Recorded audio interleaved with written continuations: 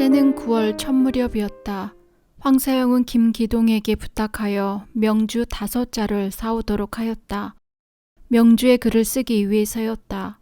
명주에 글을 쓰는 일은 이번이 처음은 아니었다. 그동안 몇 차례에 걸쳐 북경에 보낸 편지는 모두 이 명주에 서서 밀사들이 갖고 가기에 편하도록 소모 속에 솜과 함께 누볐다. 이 때문에 명주에 썼다 하여 백서라 불렀다. 그동안 성교회는 갖은 핍박과 고난 속에서 많은 교우들이 옥에서 사형장에서 용감하게 십자가를 짊어졌다. 참으로 거룩하고도 안타까운 일이었다. 황사영은 마지막 있는 힘을 다해 조선 성교회를 위한 피 끓는 호소의 사연을 적으려 하는 것이다. 가물거리는 등장불 밑에서 며칠 동안 꼼짝하지 않고 구상한 편지의 내용을 다시 정리하여 보았다. 무엇보다도 지금 이 성교회는 경제적 원조가 필요하다고 생각했다. 그리고 남은 교우들의 생계를 도와야 했다. 다음은 북경교회와의 긴밀한 연락을 취해야 하고 전교와 신앙의 자유를 위해 자신밖에 모르고 권세에만 눈이 어두운 조정 대신들의 잘못을 바로잡기 위해서는 할 수 없이 다른 나라의 힘이라도 빌려야 하겠다고 생각했다. 황사영은 마음을 가다듬고 등장불을 댈 수 있는 대로 밝히고 붓을 들었다. 길이 62cm, 너비 38cm 되는 흰 명주를 펴놓았다. 글을 쓰기에 앞서 황사영은 기도하였다. 은혜롭고 자비로움이 충만하신 주님, 이 나약하고 부족한 죄인을 굽어 살피소서. 박해와 핍박 속에 헤매이는 조선 성교의 양떼들을 굽어보소서. 지금 저들은 목자 없이 어둠의 골짜기를 거닐고 있사옵니다. 주님의 길을 알고 주님의 길을 따라 싸우나 지금 저들은 사탄의 유혹과 박해자의 채찍 아래 신음하며 헤매고 있사옵니다. 지금 이 순간에도 무수한 주님의 어린 양들이 주님을 증거하며 핍박의 채찍에 쓰러지고 있사옵니다. 그들을 붙잡아 주소서. 그리하여 저희 뜻과 행동이 주님과 하나가 되도록 도와주소서. 이 모든 말씀 우리 주 그리스도의 이름으로 비옵나이다. 아멘. 간절한 기도가 끝나자 황사영은 명주에 글을 쓰기 시작하였다.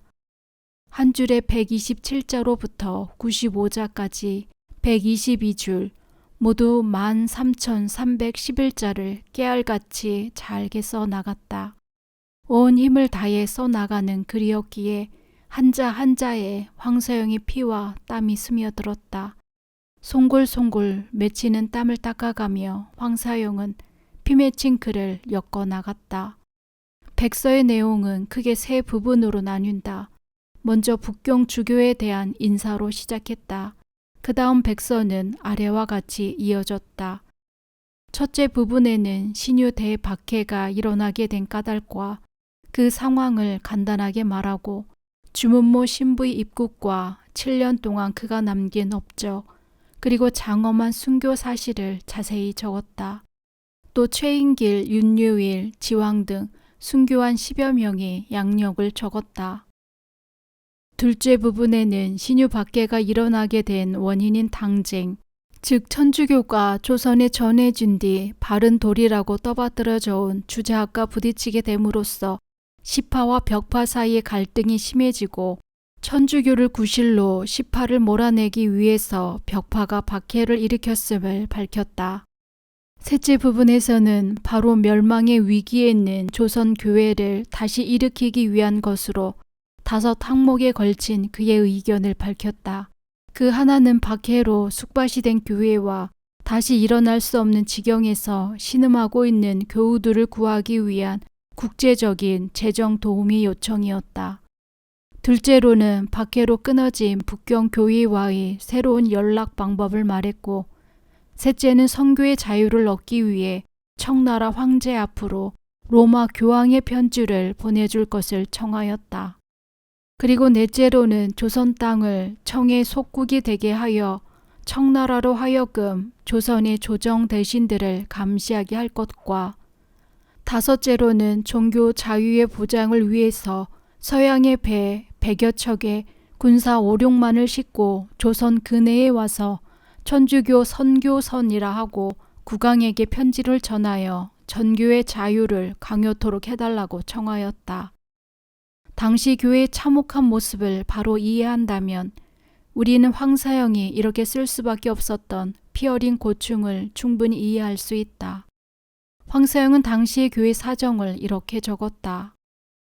박해로 쫓긴 죄인들은 흩어진 양떼와 같아서 혹은 깊은 산골짜기로 도망쳐 숨고 혹은 길거리에 방황하면서 울음을 마시고 소리를 삼키니 가슴이 쓰리고 뼈골이 아파옵니다.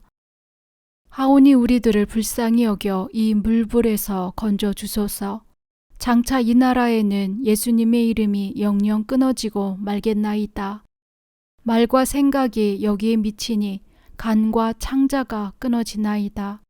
지난번에 풀어준 사람들도 모조리 다시 잡아 모두 금부로 보내니 서울 시골 막론하고 그 이름이 알려진 교우는 한 사람도 빠져남는 이가 없습니다. 금부와 양포도청 및 형조의 옥들은 모두 꽉 차서 더 수용할 수 없다 하옵니다. 노론파의 시샘을 받았던 남인파 중 성교를 믿는 자들은 이미 다 참수되고 교회 안에 이름 있는 신자들은 모두 붙잡혀 죽었습니다. 조선이 나라를 세운 뒤 올해처럼 사람을 죽인 수가 많았던 때는 도무지 없었다고 합니다.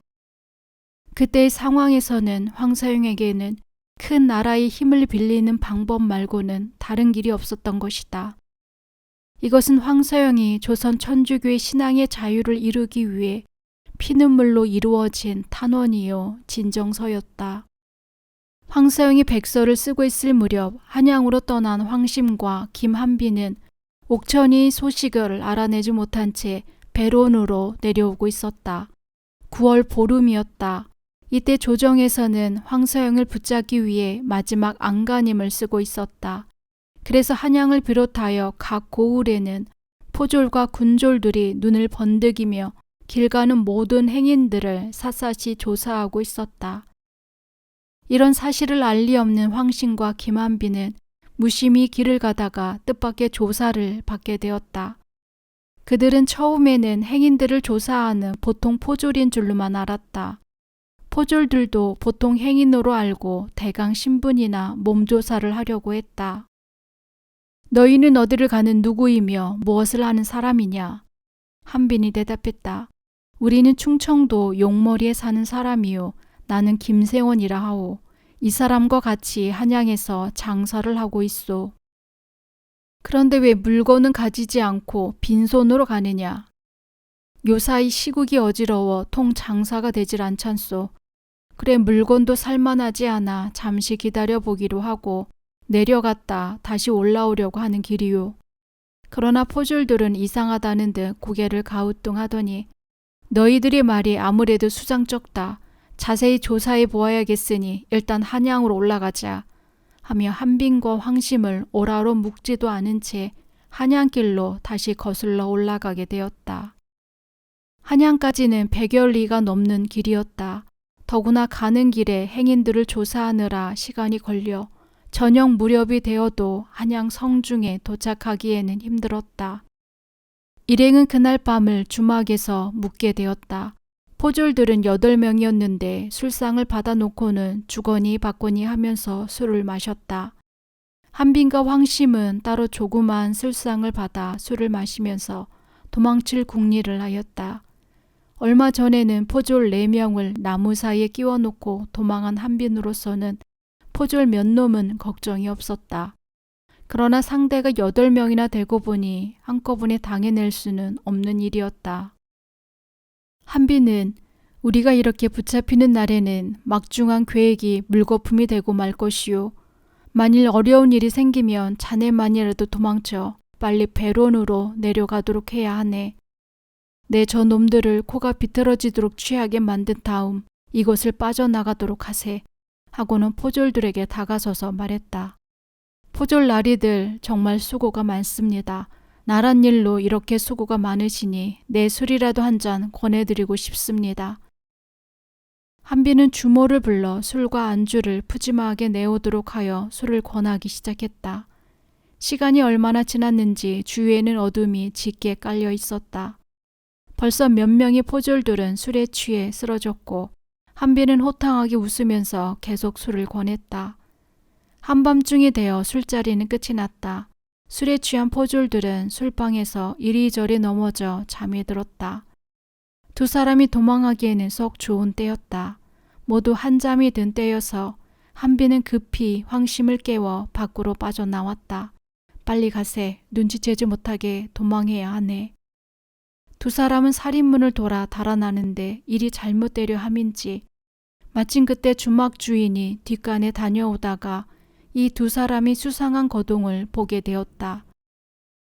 주막 주인은 불이 나게 술방으로 뛰어들어가 포졸들을 깨웠다. 포졸날이 큰일 났습니다. 어서 일어나십시오. 그러나 포졸들은 술이 얼마나 취했는지 꼼짝도 하지 않았다. 이때 이웃 주막에도 포졸들이 묵고 있었다. 이를 알고 있었던 주인은 급히 이웃 주막으로 달려갔다. 그리고는 이 사실을 기뜸해 주었다. 이런 줄도 모르고 한빈과 황심은 배론 쪽을 향해 달려가고 있었다. 두 사람이 한 오리쯤 갔을 때였다. 사방에서 난데없이 고함과 함성이 들리면서 육모 방망이를 든 포졸들이 두 사람을 에워싸고 달려들었다. 한비는 그때야 그들이 올가미에 걸려든 것을 알았다. 내 이놈들을 때려 눕힐 테니 자네는 눈치를 보아 도망하여 배론으로 가게. 이렇게 이르고는 닥치는 대로 포졸들을 때려 눕혔다. 그러나 또 한패의 포졸들이 그들을 맞고 덤벼들었다. 늦게야 잠에서 깬 포졸들이 뛰어와 합세한 것이었다. 한비는 그만 팔다리에 맥이 풀려 그들의 손에 붙들리는 몸이 되고 말았다. 포졸들은 끌려온 두 사람에게 무서운 고문을 해서 황사영의 숨은 곳을 기어이 알아내려 하였다. 더욱이 한비는 벌써 여러 차례 포졸들을 희롱한 일이 드러나자 형벌은 더욱더 심해졌다. 내 이놈들, 너희들 죄를 너희가 알렸다. 바로 말하면 살려줄 것이요. 그렇지 못하면 살지 못하리라. 묻는 말에 사실대로 대답하라. 김한빈, 너는 일찍이 정약종의 청지기로 있으며 사악에 물들었다 함이 사실인가? 예, 그러하옵니다. 그렇다면 정약종의 제자로 있었던 황사영을 알고 있겠지? 그가 지금 어디에 있는지 거처를 말하라. 마제에 있을 때는 함께 있었지만 한양으로 이사한 뒤에는 교난을 맞아 소식이 끊겼습니다. 본디 저는 남의 집에 있는 처지이고 보니 지금 이 거처는 모르옵니다. 뭐야 이놈, 바른 대로 말하지 못하겠는가? 바른 말할 때까지 매우 쳐라. 화가 머리끝까지 난 포도대장은 포조를 시켜 곤장 30대를 치게 하였다. 그러나 한비는 끄떡도 하지 않았다.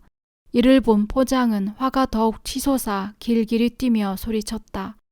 그놈의 주리를 틀어라. 팔뼈가 튀어나오고 다리의 살이 갈갈이 찢겨져 나왔다.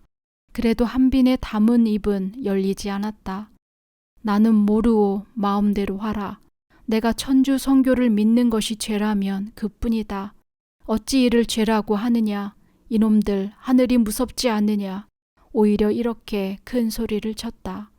형벌로는 도저히 한빈의 입을 열 수 없다고 믿은 포장은 다음 황심을 불렀다. 본디 마음이 약하고 온순한 황심은 한빈이 당하는 모양을 보고는 벌써 놀라 얼굴이 하얗게 질려 있었다. 포도대장은 한빈보다는 황심을 구수력 해야겠다고 생각했다. 너 황심, 지금 함께 잡혀온 한빈을 잘 보았겠지. 숨기지 말고 사실대로 말하면 너만은 살려줄 일. 그렇지 아니하면 더 혹독한 형벌을 받으리라. 너는 사절단의 하인으로 가장하여 여러 차례 북경을 다녀왔다 하는데 그 일이 사실인가? 예, 그러하옵니다. 그렇다면 그 일만으로도 큰 죄인 줄 알 일이다. 너는 분명 죄인 황상의 거처를 알 것이니 바로 말하라. 모르는 일입니다. 소인이 전에 한번 한양에서 황사영을 만난 일은 있으나 헤어진 지 오래되었고 지금은 어디에 있는지 모르는 일입니다. 뭐 모른다고? 여봐라, 저놈에게 매 30대를 쳐라. 황심은 매를 맞고 기절하여 송장이 되다시피 하여 감옥에 갇혔다. 포도대장은 한빈보다는 마음 약한 황심을 달래 입을 열게 해야겠다고 생각하고 2, 3일을 불러놓고 달랬다. 갇힌 지 나흘째 된 26일에 일부러 벌겋게 된 화로에 인두를 달구는 채 하며 황심을 신문하였다. 결국 그는 제천 배론 옹기구를 찾아보시오 라는 말을 하고 말았다. 포도대장은 곧 포졸을 풀어 배론으로 내려보냈다. 포졸들은 옹기 저장소로 몰려가 재어둔 옹기를 꺼내는 한편 이곳저곳을 뒤지기 시작했다. 마침 그때 한 포졸이 옹기를 치운 곳을 두드리니 쿵쿵 소리가 울렸다. 바로 그곳이 황사영이 숨어있는 곳이었다. 황사영은 토굴 안으로 이 소리를 듣고는 이제 때가 이르렀다고 생각했다. 얼마 뒤 토굴이 파헤쳐졌다. 포졸 하나가 굴속을 향해 소리쳤다. 죄인 황사영은 빨리 나오너라. 그러나 황사영은 태연히 앉아 소리쳤다. 너희들은 누구인데 나를 찾느냐. 포졸들이 이 소리에 깜짝 놀라 물러났다. 그중 두 포졸이 안으로 들어가 황사영에게 오라를 지우려 하자 황사영이 호령하였다. 네 이놈, 내 오른손은 상감 마마께서 만지신 손이다. 감히 너희 놈들이 손댈 수 없다. 포졸들의 손에 끌려 나오면서 황사영은 당당했다. 이렇듯 큰 포부와 꿈을 가졌던 소년 진사 황사영은 포졸들의 손에 붙잡히는 몸이 되었다. 박해 속에서도 마지막 희망으로 믿었던 북경 주교에게 보내려던 피로 쓴 백서는 그 꿈을 펼쳐보기도 전에 조정 대신들의 손에 넘겨지게 되는 비운을 겪게 되고 말았다. 이튿날 자포장 엄률과 우포장 신흥주는 황사영을 대령시켜 예비 신문을 마치고 그의 품 안에 있던 백서를 발견하여 토굴 속에 있던 증거물들과 함께 조정에 보고하였다. 조정 대신들은 황사영의 백서 내용을 읽고는 아연실색하였다. 너무도 놀란 그들은 황사영을 즉시 의금부로 넘기고 삼정승을 비롯하여 판의금 부사 등이 모여 오랫동안 회의를 거쳐 대왕대비 김씨에게 친히 보였다. 아직 순조 임금이 나이가 어렸기 때문에 모든 정사를 대왕대비가 맡아보고 있었다. 대왕대비는 그 독한 성미를 이기지 못하고 서리빨 같은 엄명을 내렸다. 당장 엄히 그 죄를 다스려 관련된 모든 자들을 밝혀내시오. 다음 날인 10월 9일 삼정승과 판의금 부사가 참석한 가운데 황사영에 대한 신문이 열렸다.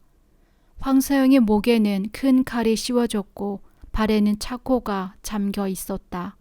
판의금 판사 이병모가 직접 신문을 시작하였다.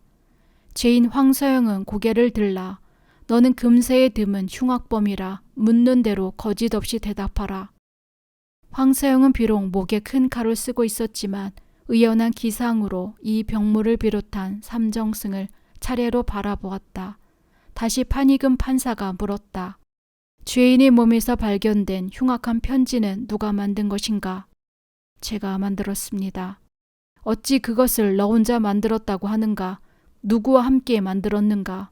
제가 혼자 만든 것이옵니다. 너는 도대체 조선 사람인가? 그렇지 아니한가? 분명 조선의 백성이옵니다. 너는 훌륭한 집안에서 태어나 어린 나이에 진사에 합격하고 선왕께서도 특별히 총애하시어 장하근까지 내리신 바 있으되 이를 물리치고 사학에 물들어 조정의 질서를 어지럽혔으니 그 죄가 참으로 크도다. 그것도 모자라 이제 백서라는 것을 써서 타국놈들에게 의지하려 한 매국적 행동을 하였으니 진실로 그 죄 천번 만번 죽음을 당해도 아깝지 않을 터 죄인은 이를 어찌 생각하는가. 예, 그러하오나 소인은 소인으로서의 분명한 이유와 까닭이 있사옵니다. 결코 소인이 외국 사람을 끌어들이려 함은 아니옵니다. 네 이놈이 바로 되지를 않는구나. 죄인 황사영에게 매 30대를 쳐라. 명령과 함께 매를 든 형리들은 황사영의 무릎을 사정없이 내리쳤다. 어찌나 세게 내리치는지 10대를 넘어서자 무릎과 다리 사이에서는 피가 흐르고 30대를 다 맞았을 때는 기절하였다. 차마 눈뜨고 볼 수 없는 무서운 형벌이었다. 잠시 후 황사영은 고개를 들었다. 그리고 위엄과 태연한 모습으로 말을 하였다. 여보시오 정승나리님들, 당신들도 학문을 하였으니 분명 알 일이오만. 무릇 학문이란 사람을 깨우치고 올바른 길로 인도하는 것이 아니오이까. 서양에서 중국을 통해 천주학이 들어왔으니 사람은 누구나 학문을 연구, 비판하여 바른 이치를 얻고자 함이 옳은 도리가 아니오니까. 그러함에도 지금의 조정은 이를 사학이니 이단이니 하고 유학만을 정학이라 하여 다른 학문은 모두 부인함은 무엇 때문이요? 중국인 주문모 신부님만 해도 그렇습니다. 그분은 자기의 고국을 버리고 낯설고 물설은 남의 땅에 무엇을 얻기 위해 왔겠습니까? 우리 조선 백성들의 영혼을 구하기 위해 그분은 말과 풍속마저 다른 이 땅에 오시어 6, 7년간의 고생하시다가 이제 이 땅에서 처참히 죽음을 당하셨으니 이 어찌 학문을 숭상하고 예위를 존중하는 나라의 신하가 할 일이오리까. 생각들 해보시오. 그들이 조정을 위해 무엇을 잘못하였소. 그들은 착하고 어진 백성이외다. 다만 그들은 성교를 믿고 이를 지키려 참된 도리를 깨닫기 위해 노력한 것 말고는 또 무엇이 있단 말씀이요. 이처럼 기계에 넘치는 말과 논리에 들어맞는 이치로 황서영은 자기의 의사를 분명히 밝혔다. 황서영의 말은 자리한 모든 대신들의 가슴을 서늘하게 하였다. 처음부터 끝까지 어느 한마디에도 잘못을 찾아낼 수 없었기 때문이었다. 그러나 물러설 판익은 판사 이병모가 아니었다. 저들의 생각과 다른 논리와 이치가 통할 리 없었다. 네 이놈, 아직도 내 놈이 잘못을 뉘우치지 아니하는구나. 바로 말할 때까지 더 심한 형벌을 가하라. 형제들이 달려들었다. 말총으로 꼰 밧줄을 넓적다리에 감고 두 형리가 밧줄의 한 끗씩을 쥐고는 서로 당겼다 늦추었다 하였다. 다리 톱질이라는 무서운 형벌이었다. 줄을 당길 때마다 황서영의 넓적다리의 살이 빠져나오고 피가 흘러나왔다. 눈뜨고는 볼 수 없는 참혹한 형벌이었다. 그러나 황서영은 눈을 감고 고통을 잊으려는 듯 이를 악물고 말하였다. 주님 감사옵니다. 이제 저희 몸을 당신께 바치옵니다. 이놈 어서 이 일에 가담한 놈들의 이름을 대라. 없소이다. 이 일은 처음부터 끝까지 나 혼자 한 일이요. 내가 무슨 말을 하여도 너 혼자 한 일은 아닌즉 뒤에서 조종한 자나 협력한 자를 대라. 아니요. 오직 이 황사영 혼자서 한 일이요. 비록 내 죽임을 당할지라도 끝내 모르오. 오직 내 주님이신 천주 성부만이 아시는 일이요. 다시금 형틀이 갖추어지고 줄이질이 시작되었다. 황서영은 끝내 자신을 더럽히지 않았다. 10월 24일 황서영의 일로 먼저 붙들린 황심은 참수되어 육시를 당하고 김한빈은 참수만 당하였다. 황심 토마스는 그때 45세였고 김한빈 베드로는 38세였다. 11월 2일 백서희 협력자로 옥천이, 김유산, 형계흠이 붙잡혀 황서영과 함께 신문을 받았으나 황서영은 끝내 혼자의 일이라 대답하였다. 그리하여 백서 사건은 20여일 만에 11월 4일 황사영, 옥천이, 형계음, 김유산의 사형이 결정되었다. 그리고 그들의 배후 조정자로 모함을 받은 정약용, 정약전, 이치훈, 이학규 등이 귀양 선고를 받게 되었다. 11월 5일 사형수를 실은 들것이 서소문을 향해 천천히 움직이고 있었다. 뒤에는 수십 명의 형졸들이 사형수들을 따르고 그 뒤로 판익은 판사 이병모가 형졸들을 따라갔다.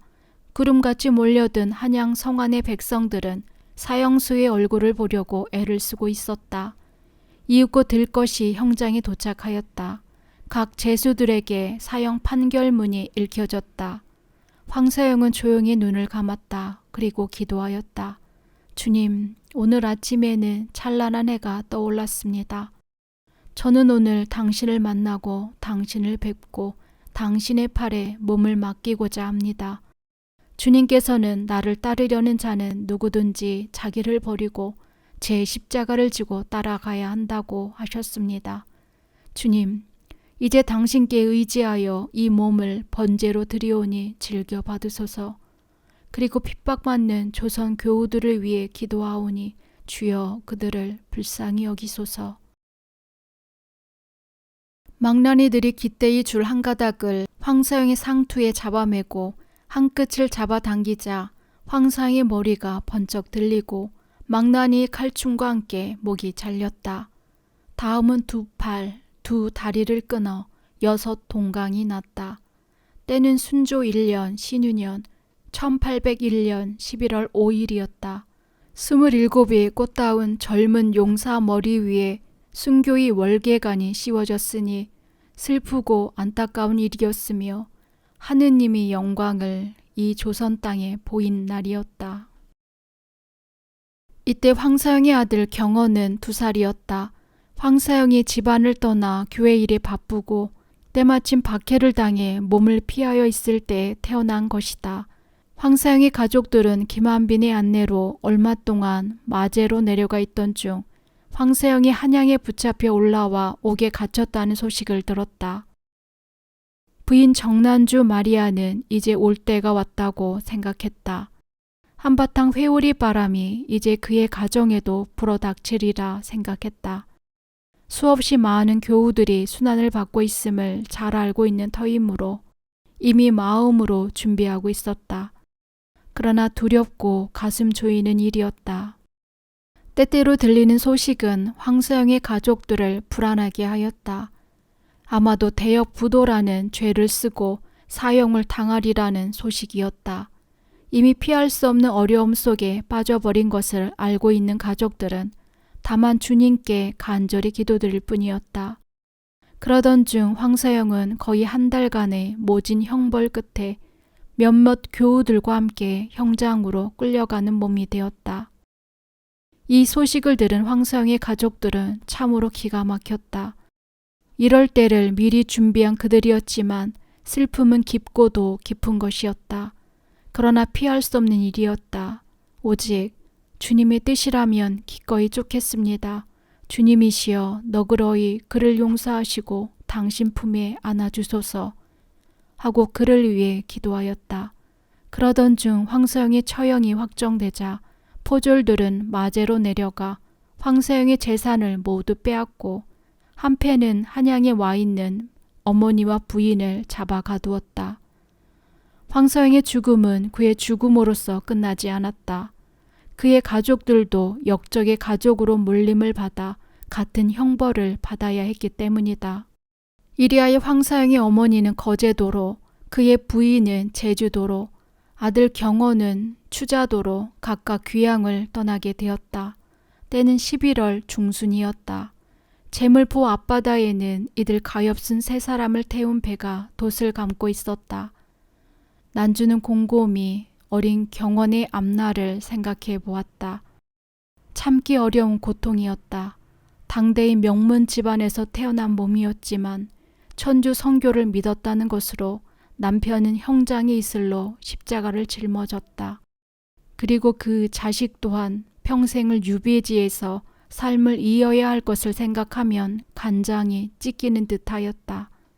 자신 또한 낯설고 물서른 섬에서 관아에 딸린 종의 신세로 갖은 어려움 속에서 지내야 할 것을 생각할 때 눈물이 앞을 가렸다. 이제 2살 난 경언의 앞으로의 고난을 어찌 견딜 것인가. 산다 한들 역적의 자식으로 받을 핍박이야 오죽할 것인가. 어머니로서 자식에 대한 애끓는 사랑으로 난주의 가슴은 뼈를 깎는 듯 아파왔다. 그래서 난주는 한 가지 꾀를 생각해냈다. 집을 떠나올 때 기묘하게 쓰려고 품 안에 챙겨 갖고 온 폐물 2가지를 생각해내고는 사공들을 바라보았다. 저 사공들만 눈을 감아준다면. 그러나 그들을 귀양지까지 데리고 가는 두 사람의 군부 나졸이 또 문제였다. 때마침 군부 나졸들은 피곤하였던지 배전에 기대어 잠이 들어 있었다. 난주는 사공들 중에서도 그중 나이가 들어 보이는 사공을 손짓하여 가만히 불렀다. 내가 이 아이 어미 된 몸으로 당신에게 꼭 부탁할 간곡한 소원이 하나 있소이다. 무슨 부탁이신지요? 이 아이 비록 지금 귀양 가는 몸이오만 억울하게 죽음을 당한 황진사의 외동아들입니다. 좀 도와주시오. 이 아이가 귀양지에 간들 살 수 있을지 의문이요. 설령 산다 하여도 역적이 자식인 줄 알면 장차 어찌 될지 걱정스럽소. 그러니 이거 얼마 안 되는 것이오만 사공들끼리 나누어 가지시오. 그리고 이 배가 추자도에 닿으면 그곳 사공들과 관원들에게 이 아이가 오던 도중에 배 안에서 병이나 죽어 물속에 장사 지냈다는 소문을 내주오. 그리고 이 아이는 섬 한가운데 내려놓아 주시오. 이 아이를 하늘이 돌보시어 목숨을 부지한다면 다행이요. 그리만 해주시오. 내 평생 고마운 마음 잊지 않으리다. 여기 두어 가지 폐물이 더 있소. 저 나졸들에게는 당신이 잘 의논해서 지금 내가 말한 대로 소문을 내도록 도와주시오. 늙은 사공은 폐물을 받고 생각했다. 이 일은 그다지 어려운 일은 아니었다. 배 삭슬 받고 제주도를 거쳐 거제도까지 가는데 아이만 섬 한가운데 내려놓고 거짓말 몇 마디만 하면 폐물을 얻을 수 있는 손쉬운 일이었다. 또 그들도 사람인지라 경험 모자의 애통한 마음을 생각할 때 어미와 자식을 떼어놓음이 차마 인간이 할 일이 아니었고 치근한 생각이 없지 않았던 터였다. 그리고 군부 나졸들도 어려운 일은 아니었다. 그들 또한 죄인들을 넘겨주기만 하면 되는 일이었다. 이윽고 배가 목포항에 닿았다. 이곳에서 사공들은 먹을 음식과 마실 것들을 배에 실었다. 다시 배는 돛을 달고 추자도를 향해 떠났다.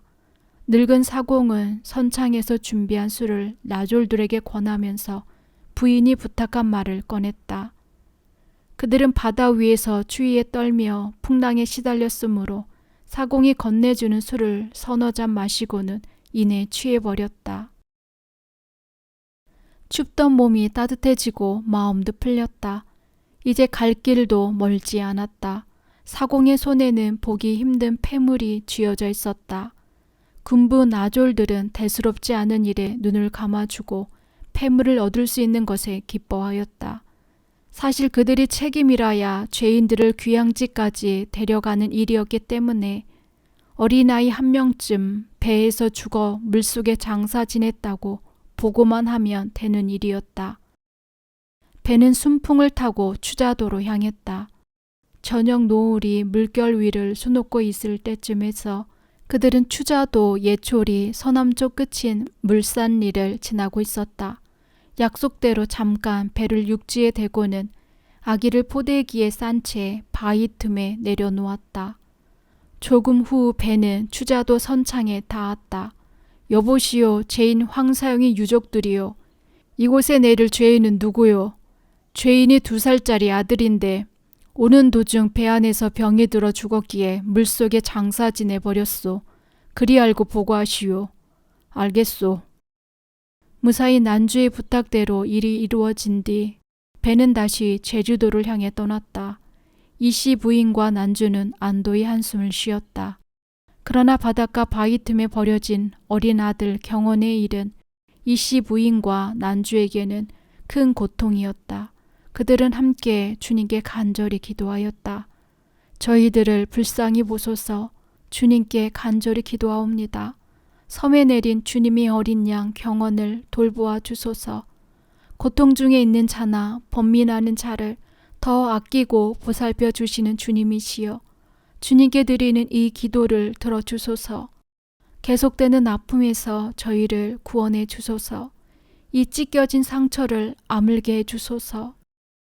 추자도를 떠난 배는 천천히 뱃머리를 돌려 화북항을 향했다. 이윽고 1시가 넘어 배는 화북항에 닿았다. 제주도의 화북항은 정씨 부인을 최초의 교우로서 맞이하게 된 것이다. 정씨 부인은 이제 마지막이 될지도 모르는 시어머니 이씨 부인과 울음으로 이별하였다. 그리고는 멀리 시야에서 이씨 부인을 태운 배가 거제도를 향해 사라질 때까지 서 있었다. 이렇게 정씨 부인은 대전골까지 다시 200여리를 걸어서 도착하였다. 우리나라 제일 남쪽에 위치한 섬 제주도.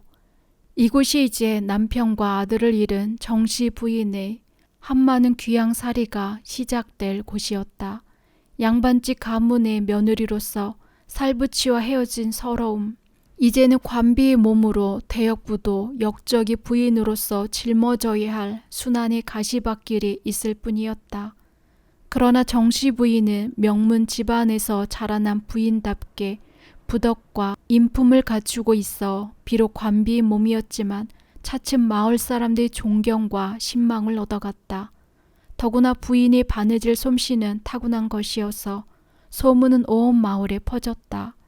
이때의 제주도는 천주 성교가 들어오기 전이었다. 마을 사람들은 정씨 부인의 남편 황진사가 천주교인이었기 때문에 죄를 받아 그 부인 또한 귀양살이를 하고 있음을 잘 알고 있었다. 그들에게는 천주 성교가 아주 낯선 것이었다. 그러나 정씨 부인의 인품에 감동한 그들은 천주 성교에 대해 관심을 갖게 되었다. 차차 마을 사람들은 정씨 부인의 교리 설명에 귀를 기울이기 시작했다. 진실한 믿음은 어려움 속에서도 꺾이지 않는 법이다. 그러던 중 대정 마을에 이름 있는 김석구의 집에서 이런 정씨 부인의 높은 인품을 생각하여 부인을 그의 집 참모로 일하게 하였다. 어려움 속에 있던 정씨 부인은 이때부터 불편 없이 생활하게 되었다. 이때 김석구의 아들 상집은 8살이었다. 상집은 정씨 부인을 서울 할머니라고 부르며 무척 따랐다.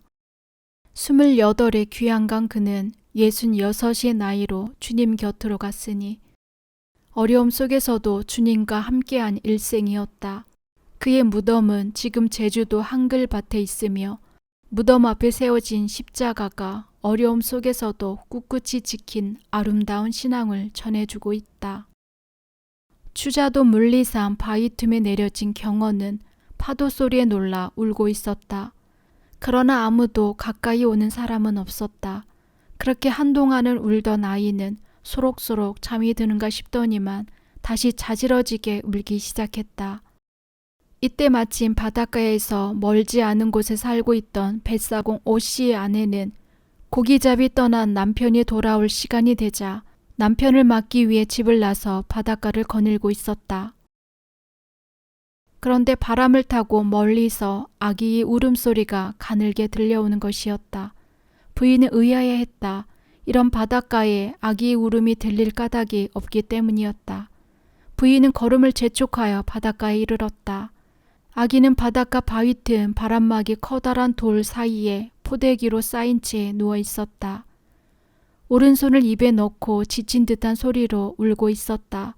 부인은 깜짝 놀랐다. 주위를 돌아보았다. 사람의 흔적은 아무리 보아도 없었다. 얼마나 울었는지 아기의 얼굴은 온통 눈물 범벅이었다. 아기가 배가 고픈가 보구나. 마음이 너그럽고 상냥한 오씨의 부인이었다. 그런데 부인은 웬일인지 딸아이 하나를 낳은 지 몇 년 되도록 자식이 없어 걱정이었다.